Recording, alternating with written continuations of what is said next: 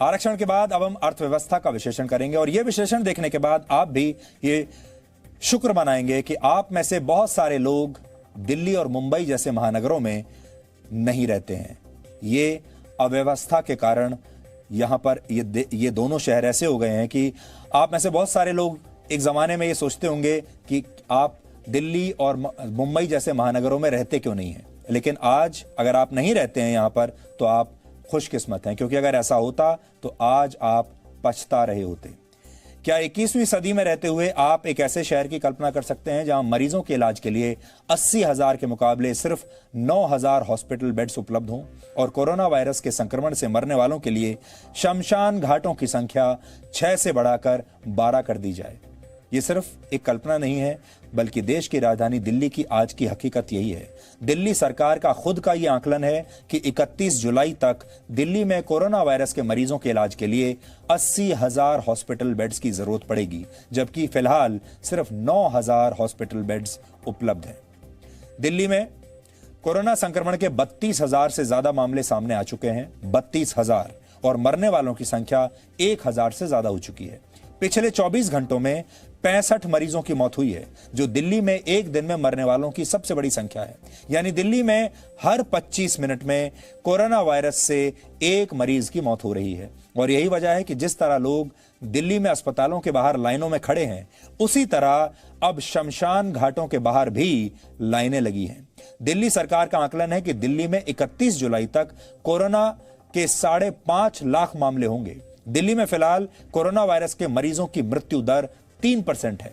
इस हिसाब से 31 जुलाई या उसके बाद दिल्ली में मरने वालों की संख्या 15 से 20,000 के बीच हो सकती है अकेले दिल्ली शहर में। और अगर ऐसा हुआ तो स्थिति बहुत भयावह हो जाएगी। अगर समय रहते जरूरी कदम नहीं उठाए गए तो दिल्ली की हालत न्यूयॉर्क, स्पेन और इटली जैसी हो सकती है, जहां अस्पतालों में शवों को रखने के लिए भी जगह नहीं बची थी। लोगों को मरने के लिए बाहर छोड़ दिया गया था। इतना ही नहीं, इन देशों के डॉक्टरों को यह फैसला लेना पड़ा था कि किसकी जान बचानी है और अब किसकी जान नहीं बचेगी। और जिनके बारे में उन्होंने फैसला ले लिया कि इनकी जान नहीं बचेगी, उन्हें ऐसे ही मरने के लिए छोड़ दिया गया। यह स्थिति तब है जब दिल्ली में इस वायरस के इलाज के लिए प्राइवेट अस्पताल मरीजों से लाखों रुपए वसूल रहे हैं, जबकि दिल्ली और केंद्र सरकार के तहत आने वाले सरकारी अस्पताल संसाधनों की कमी से संघर्ष कर रहे हैं। हालांकि दिल्ली सरकार का दावा है कि 20 जून तक हॉस्पिटल बेड्स की संख्या बढ़ाकर 15,000 कर दी जाएगी, लेकिन यह भी काफी नहीं है। फिलहाल दिल्ली में करीब 5,000 मरीज अस्पतालों में भर्ती हैं और करीब 4,000 हॉस्पिटल बेड्स खाली हैं। लेकिन वेंटिलेटर्स के मामले में स्थिति चिंताजनक है, क्योंकि दिल्ली में इस समय कुल 584 वेंटिलेटर्स ही उपलब्ध हैं और इनमें से सिर्फ 250 वेंटिलेटर्स इस समय खाली रह गए हैं। इस हिसाब से देखा जाए तो दिल्ली में करीब 6% मरीजों को वेंटिलेटर्स की जरूरत पड़ रही है और 31 जुलाई तक करीब 4800 वेंटिलेटर्स की आवश्यकता पड़ सकती है। यानी दिल्ली के सामने एक बहुत गंभीर संकट है और इस संकट से निपटने की तैयारियां उतनी मजबूत लग नहीं रही जितनी मजबूत होनी चाहिए। लेकिन इस बीच दिल्ली में कोरोना वायरस के संक्रमण से मरने वालों के अंतिम संस्कार करने के लिए निर्धारित शमशान और कब्रिस्तानों की संख्या 6 से बढ़ाकर 12 करनी पड़ी है। सोचिए, शमशानों की संख्या बढ़ाई जा रही है, कब्रिस्तानों की संख्या बढ़ाई जा रही है। हम दिल्ली की स्थिति आपको डराने के लिए नहीं बता रहे, बल्कि हम ये चाहते हैं कि हमारा ये विश्लेषण देखकर एक सकारात्मक तरीके से इस समस्या का समाधान निकाला जाए।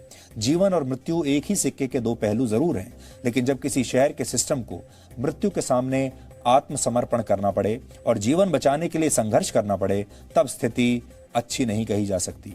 दिल्ली वालों की शिकायत है कि उन्हें अस्पतालों में बेड्स नहीं मिल रहे, तो अब दिल्ली के शमशानों पर भी लोगों को अंतिम संस्कार के लिए लंबा इंतजार करना पड़ रहा है। सोचिए, शमशानों पर अब वेटिंग लिस्ट चल रही है। कुछ शमशानों पर तो वर्किंग आवर्स को 8 घंटे तक बढ़ा दिया गया है और दाह संस्कार के लिए अब सीएनजी के साथ ही लकड़ियों के इस्तेमाल की इजाजत भी दे दी गई है, क्योंकि भीड़ इतनी ज्यादा है। आज हमने दिल्ली के अस्पतालों से लेकर शमशान घाटों तक एक ग्राउंड रिपोर्ट की है। हम जानते हैं कि डीएनए के दौरान ऐसी तस्वीरें आपको विचलित कर सकती हैं, इसलिए हम आपको अभी से ये चेतावनी देना चाहते हैं कि कुछ तस्वीरें आपको विचलित जरूर करेंगी, क्योंकि डीएनए एक पारिवारिक शो है और हम इसे जितना हो सके उतना सकारात्मक बनाने की कोशिश करते हैं।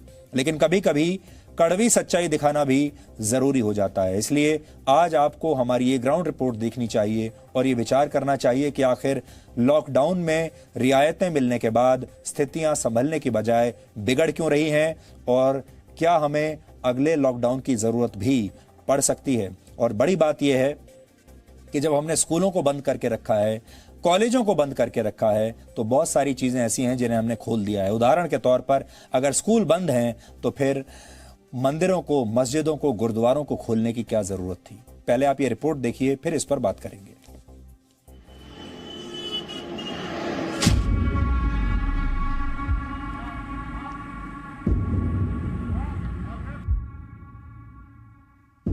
आपने देखा न्यूयॉर्क में कोरोना ने ऐसा कहर ढाया कि लाशों को दफनाने के लिए कब्रिस्तान कम पड़ गए। आपने देखा ब्राजील में हालात इतने बिगड़ चुके हैं कि लाशों को एक के ऊपर एक दफनाया जा रहा है। क्या अगला नंबर दिल्ली का है? अगर आपका जवाब ना है तो एक बार दोबारा सोच लीजिए और इन इशारों को समझिए। सबसे ज्यादा दबाव जो पड़ रहा है वो इन जगहों पर, शमशान घाट और कब्रिस्तान पे पड़ रहा है। जिसकी कहानी सुन लीजिए उसमें ये समझ में आ रहा है कि अव्यवस्था नहीं है, अब मामला हाथ से बाहर जा चुका है। कोई यहाँ पे ना जाए तो अच्छा है, घर पे क्वारंटाइन होना ज्यादा सही है। इतना बुरा हाल हो रहा है, वहाँ पे बॉडी नहीं दे रहे हैं। मरीज कम से कम हालत तो बताओ हमें, हमारा मरीज क्या है? एक बेड में जो कोरोना का बीमार मरा हुआ है उसको बीच में लिटा रखा है मरीज को। अगर पेशेंट ज्यादा शोर मचाता है तो उसको रात को नींद की टैबलेट देके सुला देते हैं। ये मेरे बेटे के साथ हुआ है, हॉस्पिटल के अंदर हो रहा है। दिल्ली में कोरोना से मौतों का आंकड़ा 1000 भी नहीं पहुंचा है और दिल्ली के जिन 6 शमशान घाटों और कब्रिस्तान पर कोरोना से मरने वालों के अंतिम संस्कार की व्यवस्था की गई है, वहां शवों की संख्या, अंतिम संस्कार के लिए इंतजार का वक्त और स्टाफ की ड्यूटी का वक्त तीनों ही बढ़ चुके हैं। दिल्ली सरकार की तरफ से शुरुआत में ये गाइडलाइंस थी कि पहले जब जब आंकड़े आ रहे थे मौत के, तब ये गाइडलाइंस थे दिल्ली सरकार की तरफ से कि सिर्फ सीएनजी से ही अंतिम संस्कार किया जाएगा। लेकिन जब ये आंकड़े बढ़े, जब दबाव बढ़ा, उसके बाद पारंपरिक तरह से जो लकड़ियों से अंतिम संस्कार किया जाता है जला करके, उसकी भी इजाजत दे दी गई। अब इसमें व्यक्ति डबल परेशानी से जूझ रहा है। पहले तो उसको अस्पताल में ठीक से इलाज नहीं मिल रहा, दिल्ली सरकार अपनी जिम्मेदारी ठीक से पूरी नहीं कर रही। दूसरा, जब मौत हो जाती है तो उसके परिजनों का संस्कार भी ठीक प्रकार से हो जाए। अस्पतालों के जो मॉर्चरी है वहाँ लाशों के ढेर लगे हुए हैं। दिल्ली के शमशान घाटों पर अभी हालात कंट्रोल में हैं, लेकिन इसकी एक वजह यह है कि सरकारी गाइडलाइंस के मुताबिक अस्पताल में अगर किसी कोरोना मरीज की मौत हो जाती है तो शव परिवार को नहीं सौंपा जाता, बल्कि एम्बुलेंस से सीधे शमशान घाट ले जाया जाता है और शव तब तक मॉर्चरी में रहता है जब तक एम्बुलेंस उपलब्ध नहीं हो जाती। इसलिए अस्पतालों की मॉर्चरीज में शवों की संख्या भी बढ़ रही है। 4-4 दिन के इंतजार के बाद यहाँ से शवों को भेजा जाता है, उनके पार्थिव शरीर को सौंपा जाता है परिवार वालों को। अगर ये पता चल जाए कि शमशान घाट में जगह बन गई है तो यहाँ से जरूर बॉडी दे दी जाती है, लेकिन अगर वो ना हो पाए या फिर किसी का कोरोना का टेस्ट पेंडिंग हो तो इन सब वजहों से यहाँ पर कतार बढ़ती जा रही है। ये जो मॉर्चरी है जो हम आपको दिखा रहे हैं, इसकी भी जो कैपेसिटी है वो पूरी हो चुकी है। यहाँ जितने शव रखे जा सकते थे उससे ज्यादा तादाद में इस वक्त शव रखे हुए हैं। अब अगर हमारी रिपोर्ट पेंडिंग में है तो ये पॉजिटिव मान रहा है, चलो वो एक ठीक है, लेकिन अगर नेगेटिव है तो पता चल जाए तो हम अपनी बॉडी अपने घर से ले जा सकते हैं। अब उसकी वजह से हमें क्वारंटाइन करने के लिए थाने से भी फ़ोन आया है। अब वहाँ निगमबोध घाट पे ऐसे कह रहे हैं कि सुनने में आ रहा है कि वो कह रहे हैं कि बॉडी लेके आओ तो पर्ची कटेगी, और यहाँ ये कह रहे हैं कि पहले वहाँ जाके पर्ची कटा लो। बॉडीज को अंदर रखना, निकालना, उसमें क्या होता है कि it's just like a fridge, कि अगर आप बार बार खोलेंगे तो उसकी कूलिंग कम हो जाती है और उसका कंप्रेसर पे लोड पड़ता है और कंप्रेसर ट्रिप हो जाता है। Now my one unit is also shut down just because of this and the number of bodies increased. So 45 में फिर कैसे काम चला पा रहे हैं? क्या कोई वे आउट निकाला है? डबलिंग कर रहे हैं उनकी, क्या करें, एक ट्रॉली के ऊपर 2 बॉडी रखी जा रही है क्योंकि बॉडी को बाहर तो रख नहीं सकते हैं। दिल्ली के प्राइवेट अस्पतालों का हाल तो पूछिए ही मत। एक तरफ बड़े बड़े प्राइवेट हॉस्पिटल हैं जहां इलाज करवाने का खर्च ही इतना ज्यादा है कि आम आदमी की जान ही निकल जाए, और सरकारी अस्पतालों का आलम तो ये है कि दिल्ली सरकार की वेबसाइट तो अस्पतालों में कोरोना मरीजों के लिए बिस्तरों को खाली दिखाती है, लेकिन जब कोई मरीज भर्ती होने पहुंचता है तो उसे अस्पताल के अंदर तक घुसने नहीं दिया जाता। और किस्मत से मरीज भर्ती हो भी जाए तो लाशों के बीच ही रहना पड़ जाए। यकीन नहीं आता तो इन लोगों की व्यथा सुन लीजिए, इनकी तरह आपकी आंखें भी भर आएंगी। अब बॉडी खत्म हो रही है, 2-2 घंटे के लिए बॉडी वही छोड़ी जा रही है, वो इनके पास पड़ी है, हस्बैंड के पास बॉडी। सुबह भी बॉडी खत्म हुई है, 2 घंटे के लिए बॉडी वहीं पड़ी है। मेरा हस्बैंड रो रहा है कि मुझे यहाँ से निकाल लो। साथ में बॉडी पड़ी हुई है, कोई लेना देना नहीं। हाँ, कोई मतलब नहीं है उन्हें सर। 8 बजे भी मम्मी ने यही बोला, ऑक्सीजन लगाने के बाद कोई दवाई नहीं, कोई देखने नहीं आ रहा है। 10 बजे लास्ट जो बात हुई है उस पर भी मम्मी ने मेरे को यही बोला है कि सूरज अब मैं नहीं बचूंगी, ये लोग कुछ नहीं देख रहे, ना दवाई दे रहे, कुछ बेटा अपना ख्याल रखो, ये लोग कुछ नहीं कर रहे, ना दवाई दे रहे। मैंने बोला मम्मी उसको बात कराओ मेरी, मैं उसको बोलूँगा कि आप उनको कम से कम ऑक्सीजन अगर आपकी डायरेक्ट नहीं जा रही, आपके अंदर सेंस होना चाहिए कि आप पाइप वाला लगा दें।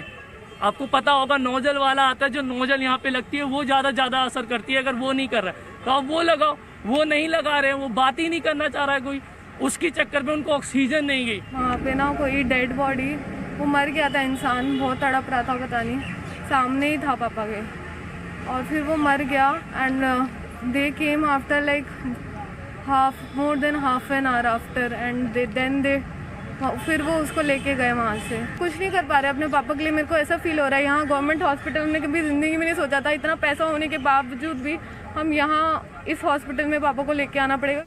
ये दिल्ली सरकार के सबसे बड़े सरकारी अस्पताल का हाल है, जहां अंदर मरीजों का हाल बेहाल है और बाहर उनके परिवारों का रो कर बुरा हाल है। दिल्ली की यह हालत तब है जब सिर्फ 30,000 केसेस आए हैं, मगर बाकी ये केस बढ़कर 5.5 लाख अगर हो गए तो सोचिए दिल्ली का क्या होगा। अब इसकी कल्पना करने के लिए भी ज्यादा दिन नहीं बचे।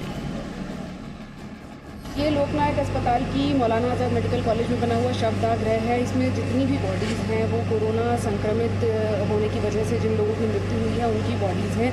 यहाँ पर फ़िलहाल जो लोग हैं उनके लिए चुनौती ये है कि अपनों के शव कैसे पहचानें, कैसे शिनाख्त करें। हालांकि यहाँ पर सब रजिस्ट्रेशन नंबर वगैरह दिया जाता है, लेकिन एक आम आदमी की व्यथा समझिए, जिसको अपने का आखिरी बार चेहरा देखना होता है और उसके बाद ही वो ये सुनिश्चित कर पाता है कि वो अपने ही परिवार के व्यक्ति की पार्थिव शरीर को ले जा रहा है, जिसको वो लेने के लिए आया है। ये परिवार की इमोशनल चुनौती है। ब्यूरो रिपोर्ट, जी मीडिया। दिल्ली में स्थिति अभी नियंत्रण में नहीं है और यही वजह है कि दिल्ली सरकार एक बार फिर से कुछ सख्त फैसले ले सकती है और इसकी शुरुआत 2 फैसलों से हुई है। पहला फैसला यह है कि कल से दिल्ली की जामा मस्जिद को एक बार फिर से बंद कर दिया जाएगा और दूसरा बड़ा फैसला यह है कि 15 जून से दिल्ली की सरोजनी नगर मार्केट को भी बंद कर दिया जाएगा। आप में से बहुत सारे लोग जो सरोजनी नगर मार्केट के बारे में नहीं जानते, उन्हें हम बता दें कि दिल्ली की एक बहुत बड़ी मार्केट है, बहुत बड़ा बाजार है, बहुत मशहूर सरोजनी नगर मार्केट उसे कहते हैं। उस बाजार को अब बंद किया जाएगा। यानी अगर स्थिति नहीं सुधरी तो दिल्ली जैसे शहरों में रहने वाले लोगों को हो सकता है कि एक और सख्त लॉकडाउन के लिए तैयार रहना होगा, क्योंकि जिस तरह से दिल्ली में लॉकडाउन को खोला गया है, जिस तरह से दिल्ली में लोग अचानक से सड़कों पर उतर आए हैं, बाजारों में उतर आए हैं, जिस तरह से सोशल डिस्टेंसिंग का पालन दिल्ली में कम से कम नहीं हो रहा है, वो बहुत खतरनाक बात है। और हम आप सबसे आज ये अपील करना चाहेंगे, चाहे आप किसी भी शहर में रहते हों, सोशल डिस्टेंसिंग का जरूर पालन कीजिए और अपने चेहरे पर मास्क हमेशा लगाकर रखिए, हाथों को साफ करते रहिए, सैनिटाइज करते रहिए। चाहे आपको देर हो जाए, आप दफ्तर देर से पहुंचें, घर देर से पहुंचें या कोई और किसी तरीके की देरी हो जाए, लेकिन वो देरी आपकी जान से ज्यादा महत्वपूर्ण नहीं है। इस बात का आप ध्यान रखिए, क्योंकि देश भर से हमें लगातार ऐसी तस्वीरें मिल रही हैं, चाहे बसों में जाने वाले लोग हों, चाहे सड़कों पर चलने वाले लोग हों, चाहे बाजार में जाने वाले लोग हों, सोशल डिस्टेंसिंग का पालन नहीं हो रहा है। और अगर ऐसा हुआ तो फिर हो सकता है कि और लॉकडाउन या दूसरे सख्त फैसले हमारे देश को लेने पड़े। दिल्ली के बारे में तो हम आपको इतना ही बताना चाहेंगे कि अगर दिल्ली में स्कूल बंद हैं, कॉलेज बंद हैं, तो फिर पूजा स्थलों को भी फिलहाल कुछ दिन के लिए बंद रखना चाहिए था। हम यही कहना चाहेंगे, क्योंकि जिस तरह की तस्वीरें हमारे पास मंदिरों से आ रही हैं, मस्जिदों से, गुरुद्वारों से आ रही है, वहां पर भी हमने ये देखा है कि बहुत भीड़ है और सोशल डिस्टेंसिंग का पालन नहीं हो रहा है। यानी देश भर में राज्य कोई भी हो, लेकिन अनुशासन की कमी अब साफ दिखाई दे रही है। बहुत जगह तो अब आप बाहर निकलेंगे तो आपको ऐसा लगेगा जैसे हमारे देश में कोई कोरोना वायरस जैसा संकट है ही नहीं। लोग इतने ज्यादा अपने नॉर्मल जीवन में आ चुके हैं। हमें जिस बात का डर है, देश उसी तरफ जाता हुआ दिख रहा है। देश में कोरोना मरीजों की संख्या 2,97,000 से ज्यादा हो चुकी है। संक्रमण के मामले में भारत स्पेन और ब्रिटेन से भी अब आगे निकल गया है। अमेरिका, ब्राजील और रशिया के बाद भारत अब दुनिया में चौथे नंबर पर है, जहां सबसे ज्यादा संक्रमण के मामले हैं। ये ऐसी रेस है जिसमें भारत को हर कीमत पर हार जाना चाहिए।